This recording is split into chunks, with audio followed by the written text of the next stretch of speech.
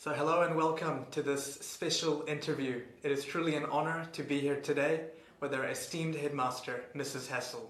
As we approach the end of this term, Mrs. Hassall will be departing Hamilton Boys High School after an incredible 25 years of service as our headmaster. Through this interview, we aim to delve into her reflections and gather insights and wisdom she generously offers for the future.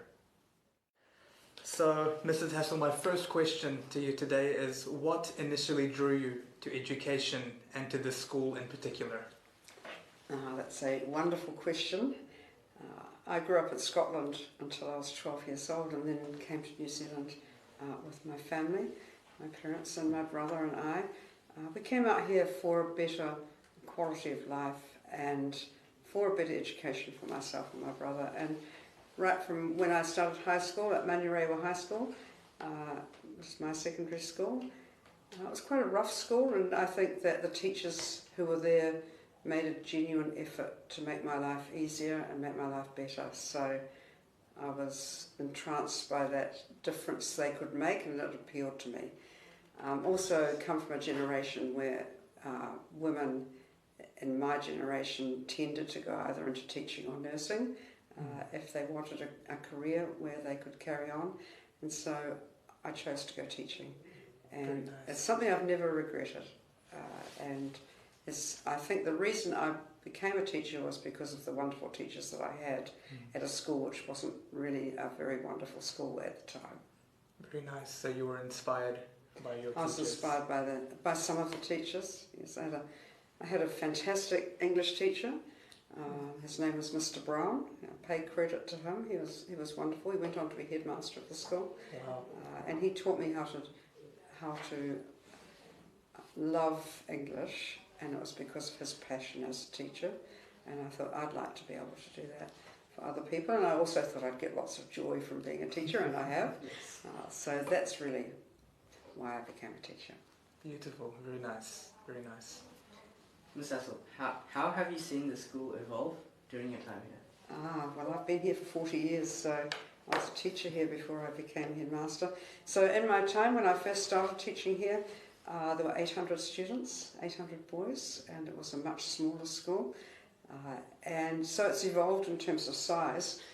It's evolved in terms of size, but it's also changed a great deal with the times, as the times have changed. But it's changed within itself. So the main difference between when I started here as a teacher and now is that the school has become far more gentle. The boys have become far more aspirational. I think the main difference between when I started as a headmaster and now is that there is a far greater acceptance of striving for excellence and a far greater understanding of our responsibility to be the best we can be. And that goes through the staff as well as the students. And I think our students are wonderful in the way in which they live by our values, which is to become the best man that you can possibly be. Yeah. And that's what's changed the most. Very nice, very nice. What are you most proud of accomplishing during your time here? I'm proud of so many things at the school. When I'm asked that question, I always have to start with the boys. I'm proud of you. I'm proud of each and every one of you for making the school as wonderful as it is, for making the school a school that I'm proud to be a part of myself. I'm proud of the way in which we have gained a reputation in the last 25 years of standing up with the best schools in Auckland and Wellington. We are a school that stands up and is counted. We're in the top 10 in scholarships over New Zealand. That's something I'm inordinately proud of, because when I became headmaster, we got 12 scholarships the year before I became headmaster, and 7 of them were from my English class. And I'm very proud of that, because they were wonderful boys. But so I'm proud of our sports. I've just been down to the Mehdi Cup, and we're the top school in the country, and we box above our weight. We're up there with the private schools, and yet we're just a group of ordinary Hamiltonians showing that we can be the best. That's what I'm proud of. Do you know what I'm most proud of is the love that I've been given at this school. I had cancer. I had breast cancer in 2006, and so after I'd had my operation, I had to have chemo, and I lost all my hair. And all the boys at the time, hundreds of boys came up and told me they liked my wig. They told me, "I love your hair, Miss Hassall," you know, to make me feel better. And I think that's what I'm most proud of, that boys care, that they really care, and they care for me. And they cared for me when I needed them to care for them when I had cancer. And you know, when I was better, and they'd say, "Are you going to live? You know, are you going to be all right now?" And I say, "Yes." You know, I said at assembly one day, you know, the doctors tell me my cancer's cured, and the whole school stood up and clapped. Yeah. So those are the moments that I'm most proud of. That the humanity, that sense of love and care, not just for each other, but for the teachers and for me, and that's quite rare. That's quite unique in a school. And so there's so many things to be proud of. And I'm sure that if I asked you the same question, or if I asked any of the boys at the school the same question, they'd have reasons to be proud.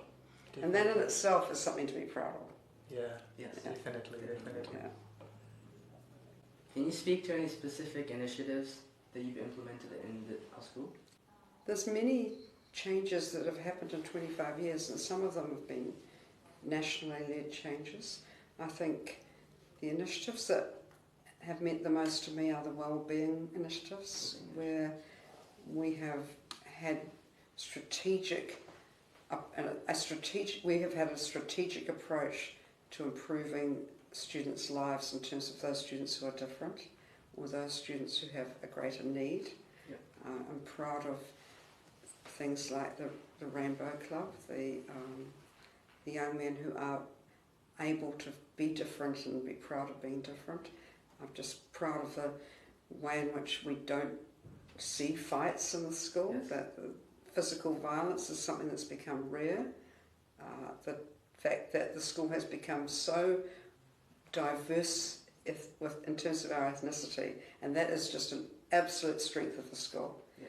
And when I became headmaster, it was 8% Māori, about 1% Pacifica, and most of the rest was New Zealand European. And so just the diversity of our school has made us into a much better place to be, a much stronger place to be. What advice would you give to your successor, Mr. Williams, or to future generations of students and educators?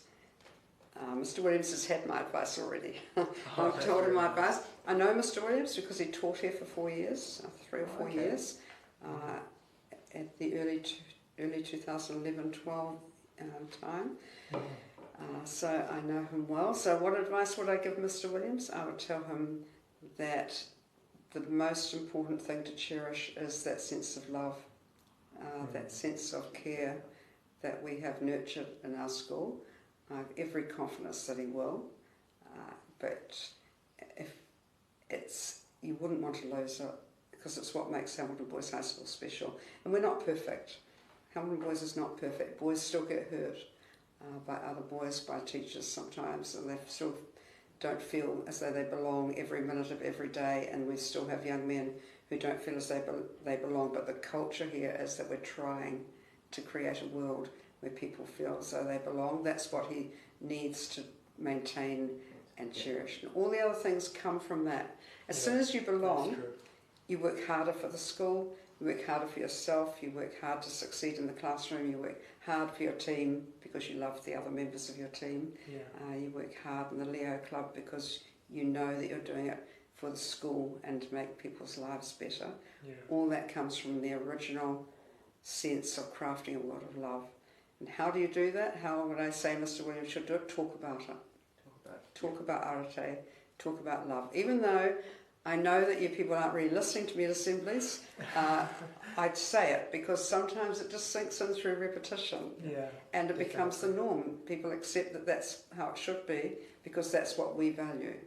Because I believe what the principal values, what the staff value is what the boys come to trust as being right. So you have to have a sense of crafting character before young men realise that that's what you're doing, because by the time you get to the point of crafting your own, you have to have have embedded in your soul and in your heart a sense of what matters most and what is right. That's what parents are for. So in the end, what I'd say to Mr. Williams is just be a good parent. Yeah. Because that's what I hope that I've been, as a good mum. Really, All the boys and to girls. the boys, yeah. Could you share a bit about your involvement with the MMC and why you have given it as much time as you have?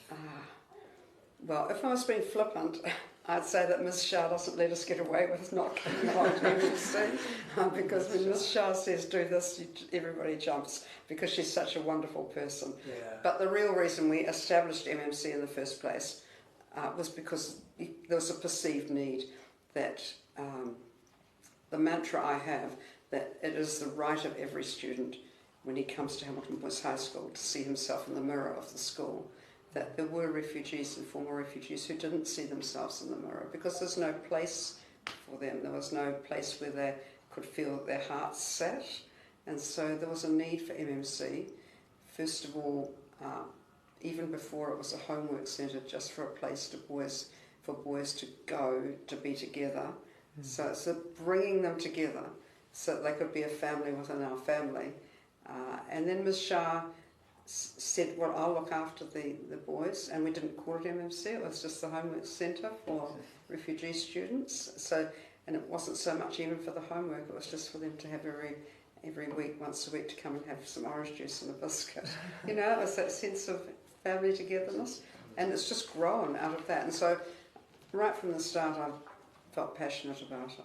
I really have. And so whenever I'm invited, it's with genuine enthusiasm that I go down and see how well everything's going, because of the people who support it now, all of the mentors, that's strengthened it too.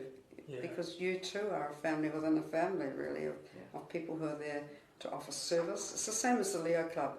I've always had a very, very genuine place in my heart for the Leo Club, because it's exactly what the school stands for. Yeah. And the MMC is exactly what the school stands for. It's being gentle, making sure everybody feels as though they belong, and helping others to be better than before. And in that way you help yourself. You craft your own character. Yeah. Because you understand that service brings happiness. Yeah. And service, if you're an unhappy person, my advice always is to offer service to somebody else, and you'll become happier. Because you become happier because you know you're making a difference to that other person, and that in itself lifts your own sense of sadness. Yeah, that's very true. It is, it's so true. You gain more by giving than you ever give the giver, you know. Wow. The person who's the giver gains as much as the person gaining the gift. So there are such simple rules in life, such simple truths. We need to remind ourselves of them, and just being that MMC centre, going along to the Leo Club, and being a part of Hamilton Boys High School, it reminds you of the truths. It's those verities that make this school special, and it's those verities which enable us to craft young men who are happy and confident